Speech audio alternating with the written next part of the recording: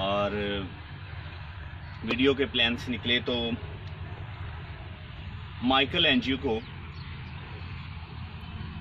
एक बहुत बड़ा 18 फुट का मुजस्समा दिया गया और कहा गया इससे कोई खूबसूरत चीज़ बनाओ। उससे पहले उसी पत्थर को, मतलब वो 18 फुट का पत्थर जो मुजस्समा बनाने के लिए दिया गया था, बड़े लोगों को दिखाया। उन्होंने कहा ये टुकड़ा, इससे कुछ नहीं निकल सकता, ये पत्थर का पत्थर रहेगा।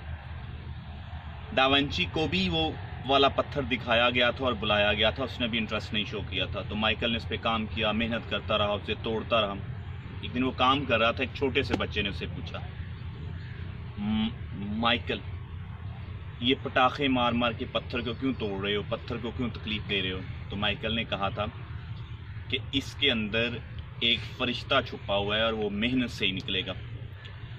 माइकल काम करता रहा और उसके अंदर से डेविड निकल आया, और डेविड को उसने इतनी मेहनत से बनाया कि कहते हैं कि जब माइकल एक दिन काम करते करते बेहोश हो गया तो उसे वहाँ से उठाया गया, तो उसके जूते उतारे गए, तो उसके मांस जूतों के साथ उधड़ गया, इतनी वो मेहनत करता था। और उसके बाद वो मुजस्समा इतना परफेक्ट बना कि उसे कहता था बोलो, और हथौड़ियाँ मारता था कि जब तुम मुकम्मल हो गए हो तो बोलते क्यों नहीं।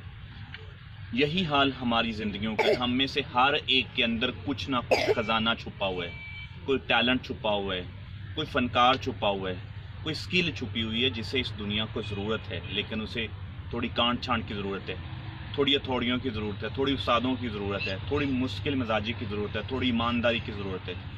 और अगर ये सारी ज़रूरतें उस पत्थर को मिली तो उसमें से एक नायाब हीरा निकल सकता है। सो वीडियो देखते